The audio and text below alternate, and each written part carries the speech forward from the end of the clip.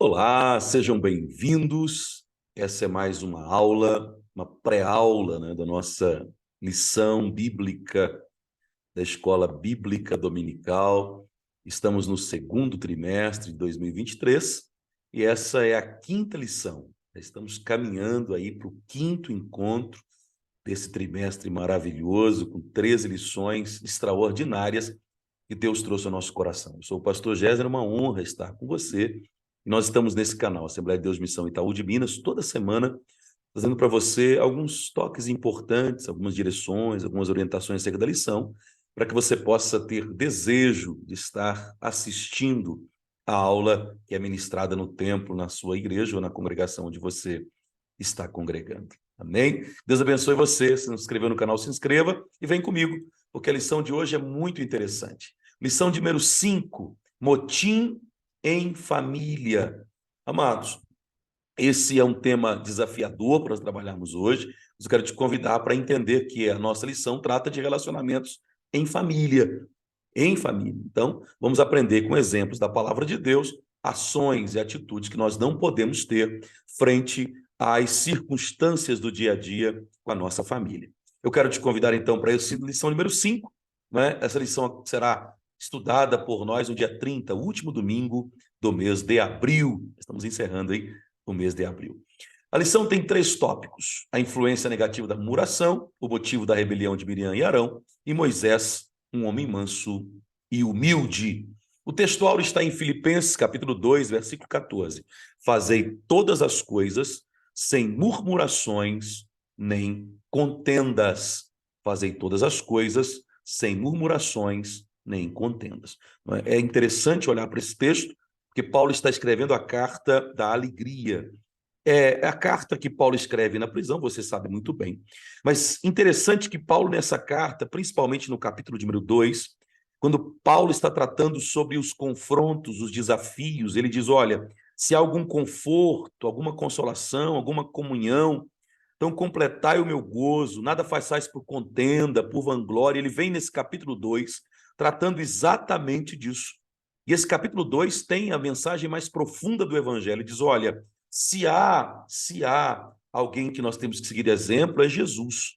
Porque a Bíblia diz que ele não usurpou ser igual a Deus, tomou lugar de servo, não é? E sendo lugar de servo, aniquilou-se a si mesmo. E nesse mesmo texto, no versículo 14, diz assim, fazei todas as coisas sem murmurações, nem contendas. E ele explica por quê. Porque é Deus que opera em nós o seu querer e o seu efetuar. Então é muito claro o princípio de Paulo aqui, não é? Quando eu entendo que a glória deve ser dada a Deus, quando eu entendo que o louvor deve ser dado a Deus, quando eu entendo que a glorificação deve ser dada a Deus, fica muito simples para mim, não é? Fazer tudo sem murmurar, sem criar contenda, porque isso me faz ser irrepreensível. E tem uma coisa que me encanta no texto, é que Paulo explica que segue a estes que fazem as coisas sem contenda ou murmurações, segue a irrepreensibilidade e a sinceridade. O que quer dizer isso? Te faz filho de Deus inculpável no meio de uma geração corrompida e perversa, a qual Deus nos colocou para resplandecer como astros no mundo. Pastor, e como é que eu me sirvo dessa verdade? Trazendo para você os princípios da palavra de Deus. Porque se eu retenho a palavra da vida, se eu retenho a palavra da verdade, se eu retenho a palavra da sinceridade espiritual, imediatamente eu não me incorro no erro da contenda e da murmuração.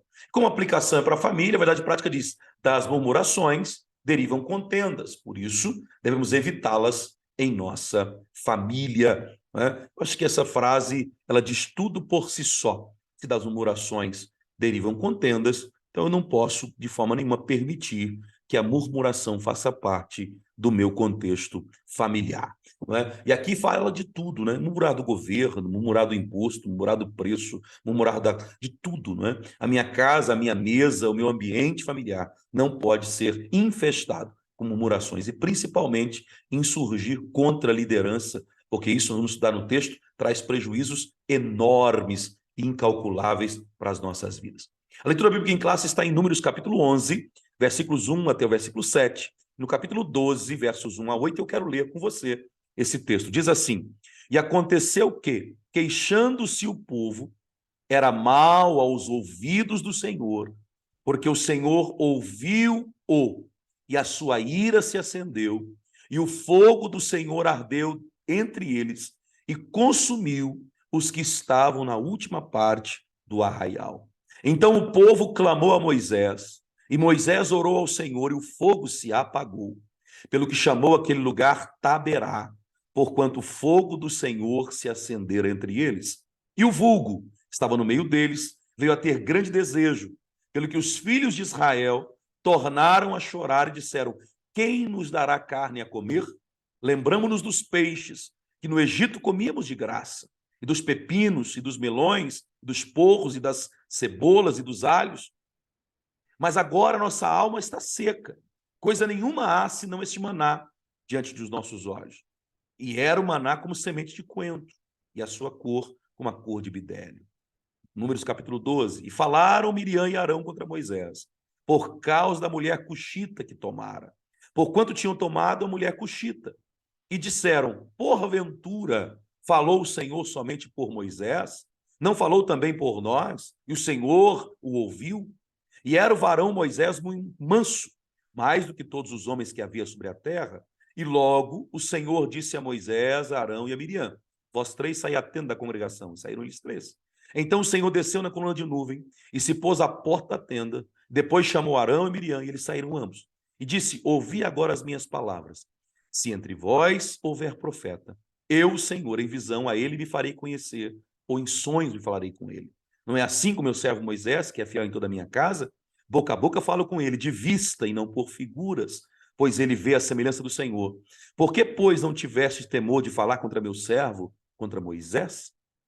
Essa é a leitura, não é, do nosso texto. Deixe-me contextualizar para você essa lição de hoje, que é muito importante, você que vai ministrar a aula, você que está aí acompanhando para ter noção daquilo que está acontecendo nesse texto, nessa lição. Deixa eu tentar te contextualizar isso de forma bem clara para você entender. E nessa lição de hoje, a gente vai atingir os seguintes objetivos: apresentar as raízes e danos causados pela murmuração entre o povo de Deus, identificar o real motivo que culminou na rebelião dos irmãos contra Moisés e conscientizar que Deus honra o líder manso e humilde, punindo os que lhe intentam mal.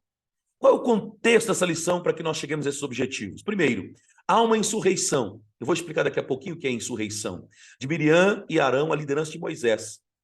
E essa insurreição é um exemplo perfeito para que nós aprofundemos os estudos de algumas causas de desunião e de contendas nas famílias. Deus nos criou, queridos, para vivermos em comunhão, e principalmente na família, o nosso seio mais perfeito de proteção, o nosso porto seguro.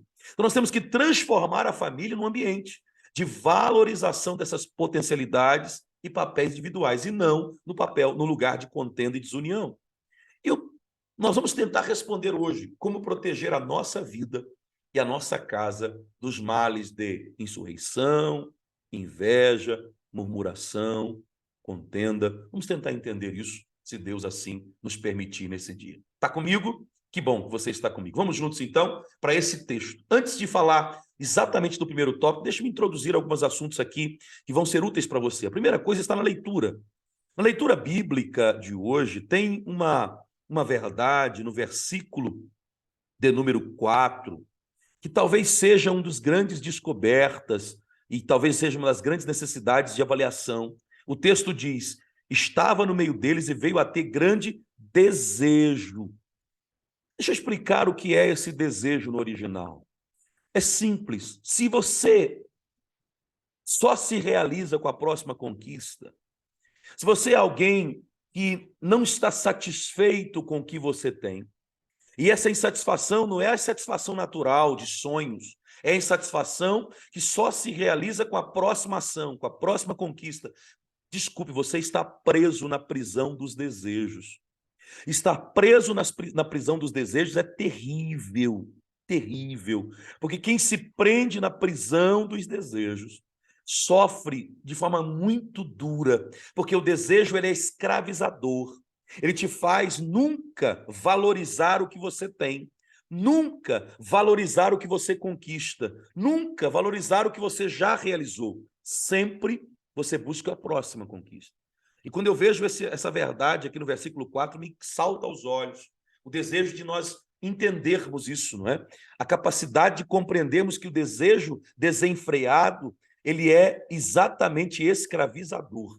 Nós precisamos romper com isso. E muitas vezes, os problemas da família de desunião, eles surgem desse desejo desenfreado. O pai que não tem mais tempo para casa, a mãe que não tem mais tempo para os filhos que não têm mais tempo para os pais, e começam a criar disputas familiares e vão gerando contendas e murmurações, e se isso vai gerar esse ambiente de conflito familiar que a nossa lição tende a nos ensinar a vencer. Então, a primeira coisa é: rompa com a prisão do desejo. Como é que eu faço isso, pastor? É simples. Senta com Davi.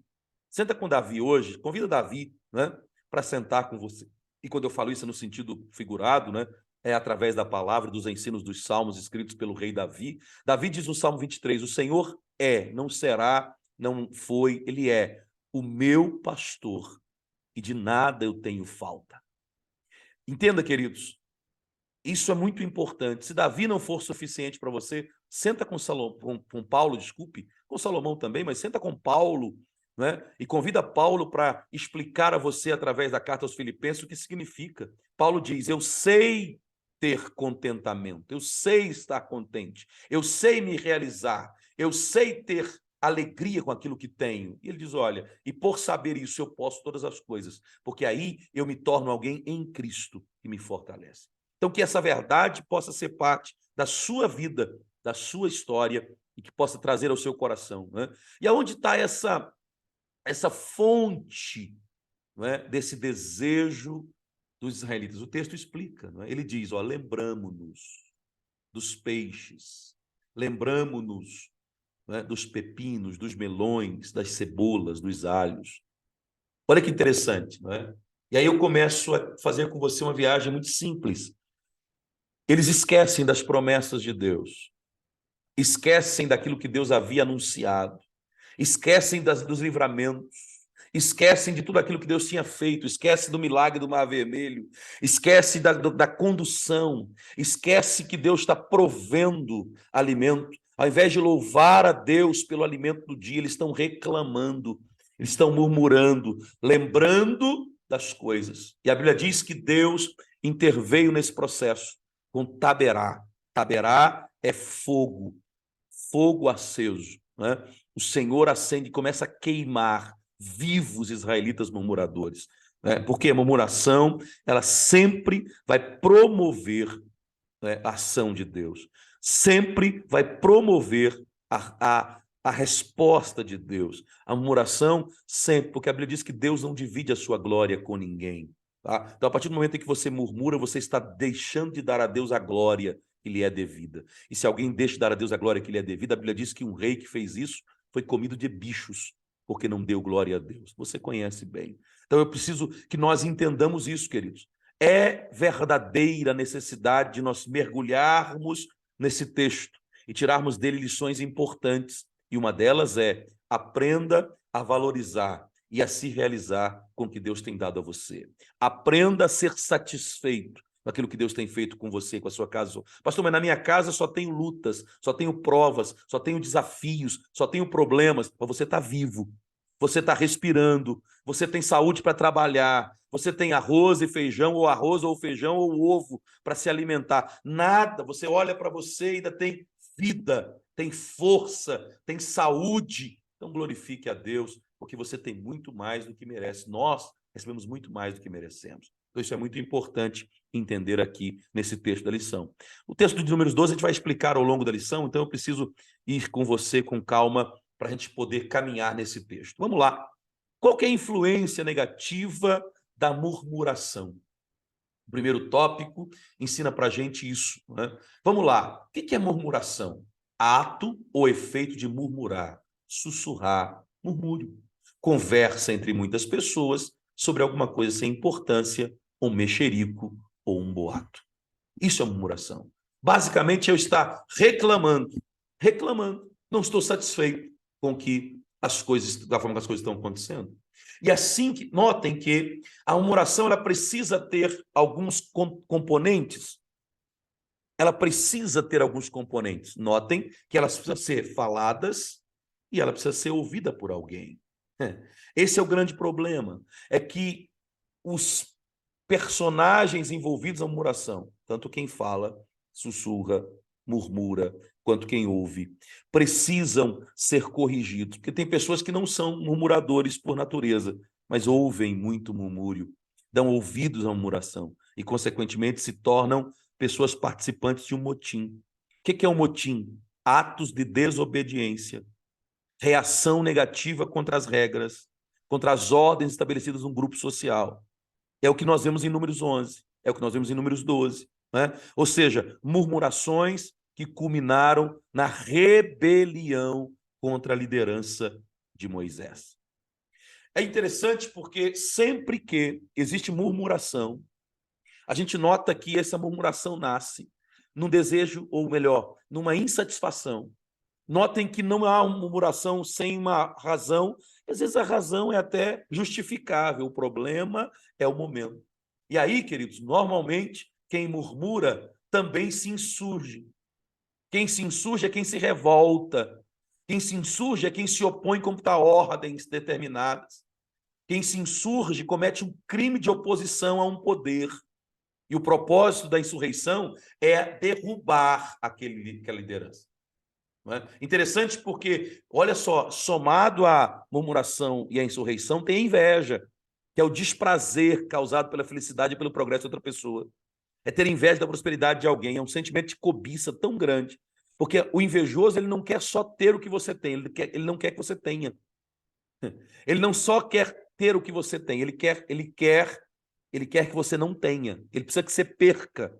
Então, isso é muito sério no meio da obra do Senhor. Israel sai agora de volta do Sinai. Né? Nós já passaram por Elim, já passaram pelas fontes, pelas palmeiras, já passaram pela experiência das águas amargas de Mara, que foram transformadas em águas doces, já passaram por isso e agora, depois, né, isso nós estamos lá no capítulo 16 do Êxodo aproximadamente, você vai encontrar o povo recebendo o maná do céu. Deus começa, porque a partir daqui, entenda, não é? As reservas alimentares já tinham terminado, já tinham acabado, que eles tinham trazido do Egito para comer. Agora eles estão aqui e eles começam a queixar dizendo, olha, nós estamos com um problema, porque nós, não é, simplesmente estamos agora comendo esse tal de maná. E aí a Bíblia diz que o Senhor vê o coração deles e ainda, escute, ainda providencia codornizes para que eles pudessem caçar codornizes e comer carne. E ainda assim, a Bíblia diz que o Senhor, então, não suporta a murmuração e lança fogo sobre eles, que é Taberá. A segunda queixa é que eles também, mesmo experimentando o fogo, eles murmuram do maná, reclamam do maná, reclamam da providência. Irmão, isso aqui é muito sério, tá? Reclamar da providência é uma das maiores e mais claras declarações, né, da nossa falta de humildade, da nossa falta de gratidão. Quem reclama da providência é ingrato. Cuidado, não se façam ingrato. Quem é ingrato é quem reclama da providência. Cuidado, cuidado. Tá? A murmuração é tão séria que nos faz esquecer das coisas maravilhosas que Deus deu. A gente esquece que tem maná e codornize, mas reclama porque estamos no deserto. Esquece que tem maná e codornizes, esquece que tem livramento, mar vermelho se abrindo, soldados de Faraó afundando no mar, Deus tirando-os da opressão, da prisão, Deus tirando-os, né, da escravidão. Isso não tem significado, não significa nada. Isso simplesmente se tornou nada diante da murmuração. Cuidado, cuidado para que esses sentimentos não incorram sobre a sua vida. Interessante é que quem murmura dá atenção só às perdas e nunca celebra os ganhos. Né? Interessante que aí isso vai agora gerar o problema mais grave, né? O mais difícil problema. Porque aí a Bíblia diz no capítulo 12 que, né, e aí eu tenho que ter uma visão um pouco, muito, né, um pouco não, né, mas muito clara do que está acontecendo. Quem era Arão? Sumo sacerdote, função de liderança, irmão mais velho de Moisés. Quem era Miriam? Profetisa, aquela que reuniu e fez o culto na travessia do Mar Vermelho. Você lembra aquele cantar o Só o Senhor é Deus com o pandeiro? Porque os dois tinham uma influência de liderança. E não é aqui apenas o primeiro momento. Isso vem acontecendo. Arão e Miriam não tiveram a percepção de auxiliarem Moisés quando as questões de murmuração surgiram. Pelo contrário, eles fomentaram a murmuração, eles deram ouvidos à murmuração. E agora, o que eles fazem de semeadura se volta contra eles. Eles mesmos se veem afetados pela murmuração e dizem assim: ei, Deus não fala conosco? Eu sou profetisa, eu sou sumo sacerdote, fala conosco. Por que é só Moisés? Por que nós não temos? Vamos tomar o lugar dele. Vamos simplesmente dizer para ele que nós também temos importância. Ou ele abre espaço para a gente, vamos tomar o lugar dele.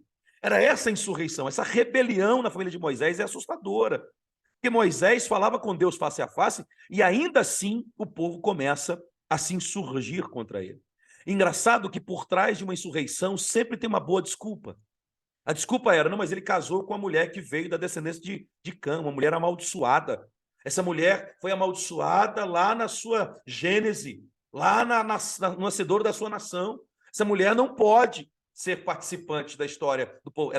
Ele casou-se com uma mulher que não é adequada. Sempre tem, sempre tem. E agora, então aí, não é só isso, fala, mas nós somos mais velhos, nós podemos tomar posição. E o que acontece? A Bíblia diz que Deus vê o pecado de insurreição de Miriam e de Arão. E agora reúne-os à tenda da congregação. E Deus agora simplesmente trata. Eu acho interessante porque quando nós olhamos para esse motivo da rebelião, a gente nota, queridos, que nem sempre os motivos são espúrios e só por si só. Às vezes você tem razão. Às vezes você acha, na sua cabeça você acha, só que você esquece de um detalhe. Quem põe e tira é Deus. Quem faz e realiza é o Senhor. Quem tem controle da obra é Ele. A obra é dele, não é nossa. Então entenda, o pecado de Miriam e Arão foram justamente isso. Por quê? Porque eles invejaram. A inveja, como eu disse aqui, não é? Você vai ver, é o desprazer. É a ideia de que o outro não tenha. Então eu preciso entender isso. E esse motim familiar traz dissabores, traz ofensas e traz, claro, a tratativa de Deus contra contra Arão e contra Miriam a favor de Moisés. Você sabe muito bem que nós temos que ter muito cuidado. Deus trata com aqueles que são insurgentes. Deus trata com aqueles que são murmuradores. Deus trata com aqueles que são caluniadores. Deus trata com aqueles que se levantam contra a obra do Senhor. E aí é muito importante você entender isso. E a Bíblia diz que a inveja causa a rebelião. A inveja, né, ela causa essa rebelião e traz prejuízos. Agora, a gente tem, né, o antídoto, o aprendizado dessa lição tão dura. Qual é o aprendizado, pastor? Moisés, um líder manso e humilde. Eu preciso olhar agora para as características de Moisés e aprender com ele. Moisés, queridos, a Bíblia diz que ele era o mais manso que havia na terra. No texto que nós lemos, o versículo 3 diz, e era varão Moisés muito manso, mais do que todos os homens que haviam sobre a terra. Por que Moisés era considerado um homem manso, humilde em atitudes? Por quê? E, queridos, veja, porque nessa circunstância, Moisés não revida, Moisés não vai para o embate, Moisés não se coloca. E aí eu começo a aprender com Moisés qual deve ser a conduta na formação dos filhos, na educação da casa, na direção, na liderança. Eu preciso ter uma mansidão. Só que a mansidão de Moisés não era uma postura de covardia, era uma faceta do seu caráter. E esse caráter que distinguia Moisés de Arão e de Miriam. Olha que interessante, queridos. Olha que interessante. E a Bíblia diz que o Senhor tem promessa. Mateus capítulo 5, versículo 5, você conhece. Bem-aventurados os mansos, porque eles herdarão a terra. No mesmo texto, no versículo 9, diz, bem-aventurados os pacificadores, porque eles serão chamados filhos de Deus. Eu e você precisamos entender que as atitudes que nós temos que ter atitudes de mansidão e atitudes de humildade. O que seria isso, pastor? Veja, o que é mansidão? Mansidão é temperamento fácil, é o sossego, é tranquilidade, é calmaria, é meiguice, é delicadeza. Ou seja, é uma circunstância tranquila, calma, a discussão termina com a resolução mansa. Você lembra o que o sábio Salomão, eu disse que eu tenho que sentar com Salomão para aprender com ele? Salomão diz, a palavra branda acalma o furor, mas a palavra dura suscita a ira. Na Bíblia, você vai encontrar a palavra manso no texto de Números capítulo 12, no hebraico é anav, ou seja, brando, gentil, tem a disposição de ser suave, ser tolerante, né? Isso é ser manso. Tá? Veja, no grego, a palavra mansidão traz para a gente ainda mais profundidade, capacidade de exercer autocontrole do seu próprio ego. Isso é mansidão. Mansidão é você conseguir controlar o seu próprio ego. A inveja instala-se no coração de Arão e de Moisés, suplantando, abafando a mansidão, o autocontrole, o domínio de si mesmo, porque assim é a mansidão. Engraçado que a mansidão é uma dos componentes do fruto do Espírito. Eu preciso. Então, quer dizer, pastor, que se eu tenho o meu temperamento controlado pelo Espírito Santo, eu sou manso. Se eu não tenho mansidão, eu não tenho temperamento controlado pelo Espírito Santo. Isso é difícil, queridos, mas eu preciso e você precisa entender que nós, como membros da nossa família, família cristã, família, não é? Família biológica, nós não podemos perder essas qualidades. Temos que pedir ao Senhor para nos dar mansidão, nos dar humildade, para nós lidarmos bem, não é? Porque não só a mansidão, mas olha o que é a humildade. Aquele cuja situação econômica é modesta, é carente? Não, não. É aquele que tem noção das suas limitações. É aquele que não valoriza, não é? O que é vaidade. É aquele que tem a consciência de quem ele é. Humildade é ter a consciência de quem ele é. Eu fiz questão de colocar essa definição, porque isso aqui é o que nós mais ouvimos. Uma pessoa que é humilde, modesta, carente, é humilde. Não, isso não é humildade. Humildade é a capacidade de reconhecer limitações. É a capacidade de ter autocontrole e saber que limitações eu tenho. Então, que nessa oportunidade nós possamos entender isso. Mas tem um segundo subtópico, o fato de uma liderança. No capítulo 11, Moisés se vê diante de uma terrível insurreição do povo, uma murmuração do povo. Você se lembra que aconteceu lá na beira do Mar Vermelho? Agora de novo. Lembra do deserto? O povo falou, vamos morrer aqui sem água. O povo mais uma vez. E aí Moisés sente o peso. Moisés sente que está na hora, né, que ele não vai suportar. E a Bíblia diz que o Senhor, então, né, vem e dá a Moisés ânimo. Olha que interessante. Olha que interessante, queridos. Quando Deus escolhe alguém, o Senhor tem ferramentas de capacidade. Se está pesado para você, entenda, queridos, por favor, a partir de agora, tome posição. Peça para o Espírito Santo te dar capacidade de passar e ultrapassar os desafios da liderança, os desafios da condução familiar, os desafios das lutas do dia a dia. Deus te dê graça para entender isso e te faça vencer nesse sentido. Tá? E a Bíblia termina, não é, com o capítulo 12, mostrando para a gente, na nossa leitura de hoje, a punição de Miriam e a punição de Arão, porque a rebelião traz agora a ira do Senhor. Eles são convocados à tenda e o Senhor, então, simplesmente desce numa coluna de nuvem e aí demonstra a sua presença e fala com os dois. E diz a eles, olha, eu falo com quem quero, do jeito que quero. E diz ainda para eles, vocês vão ter o preço disso. E você sabe muito bem, né, que as consequências desses atos são duríssimas. Arão não vai conseguir chegar à terra, vai ser substituído pelo seu filho. E Miriam passa 7 dias leprosa até que se arrepende para voltar à convivência do arraial. Imagina agora, né, a situação. Ficou leprosa. E aí o texto mostra também que a consciência trágica foi restabelecida. Que Deus tenha misericórdia de nós, queridos. Que nós não nos envolvamos nas falsas acusações, nas palavras atravessadas, na destruição de reputação.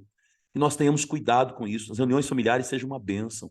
Que nós possamos entender que nossas reuniões são uma bênção. Não existe ovelha negra. Existem aquelas pessoas que precisam ser cuidadas, que possamos, pela oração, ministrar o fruto do Espírito nas nossas famílias, para que elas possam viver o melhor de Deus. Que Deus possa abençoar a nossa casa, nossa família, queridos. Eu quero concluir a nossa lição de hoje dizendo: o motim foi levantado por Miriam e Arão. Teve como causa a inveja da autoridade de Deus na vida de Moisés.